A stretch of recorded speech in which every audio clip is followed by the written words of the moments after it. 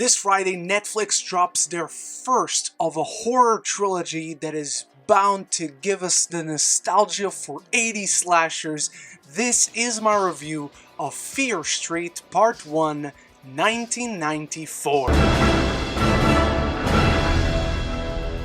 We follow a circle of teenage friends that accidentally encountered the ancient evil responsible for a series of brutal murders that have plagued their town of Shadyville for over 300 years. Before I drop into my thoughts, I want to know how excited you are for the Fear Street trilogy. What are your thoughts on it? Are you a fan of the 80s, 70s slasher movies? Let me know all of that in the comments below. Start the conversation. It's the most important part.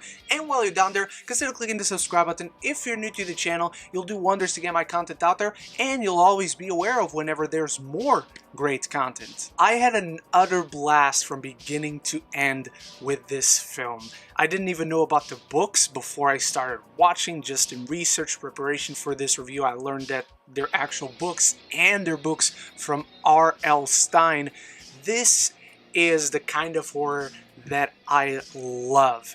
It's got this very 80s vibe to it, not just in the setting, in the characters, but the way the film is made feels very much like it was just brought out of the 80s. It's a gorgeous looking horror film filled with neon lights. It's mostly set at night. It's set during one night specifically, and I love that. I'm always a fan of whenever there's this time crunch in a film and our characters just have to survive this one night through their ingenuity and what they learn throughout the film.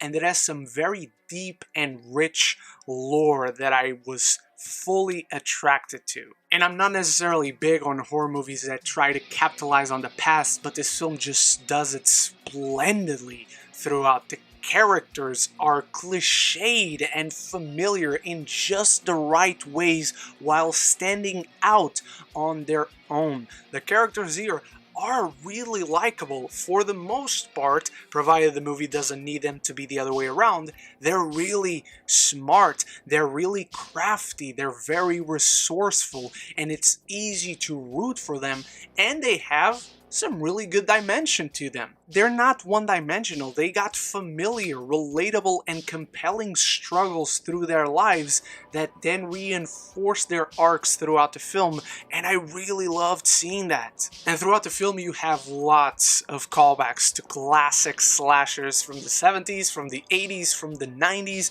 There are points in the film, however, where the line between homage and ripoff becomes kind of blurry, and in that sense I wasn't too big on the film. It's more of a hit than a miss for the most part, but there are certainly issues with how much they take from famous slashers of the past. And as much as I like most of our characters, and I really like the killers, I love the lore that they explore throughout this film.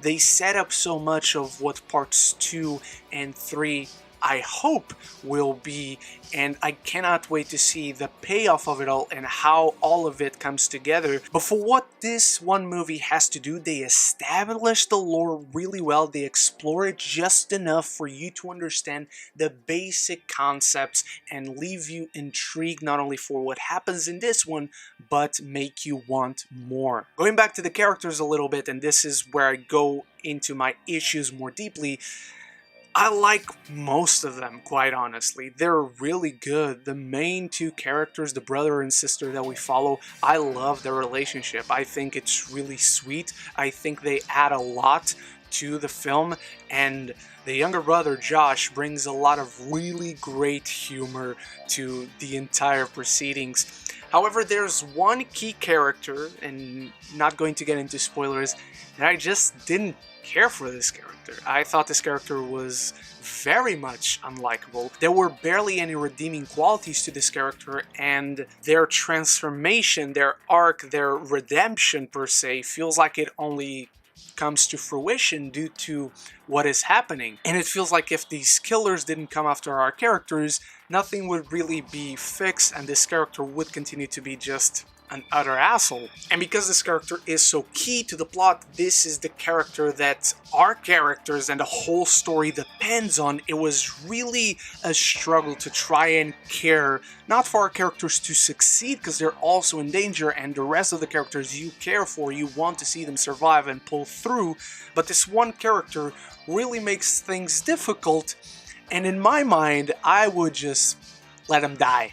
Fear Street Part 1 1994 is a ton of fun. It's gory, it's bloody, it looks beautiful, it's really a blast from beginning to end. If you're a fan of classic slashers, this has got it all, and it has the advantage of being done with modern day filmmaking techniques and technology. There are a few issues.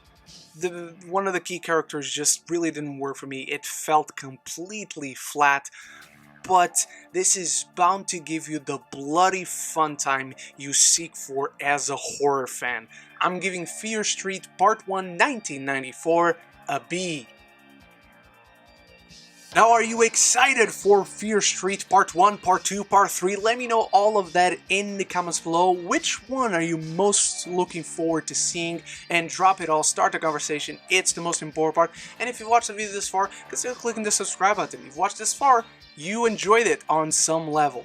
Thank you so much for watching. You are the best. My review for episode 4 of Loki is already up, and tomorrow I will drop my review for the Tomorrow War. I hope to see you in all of those, and so until then, love each other, and love the movies.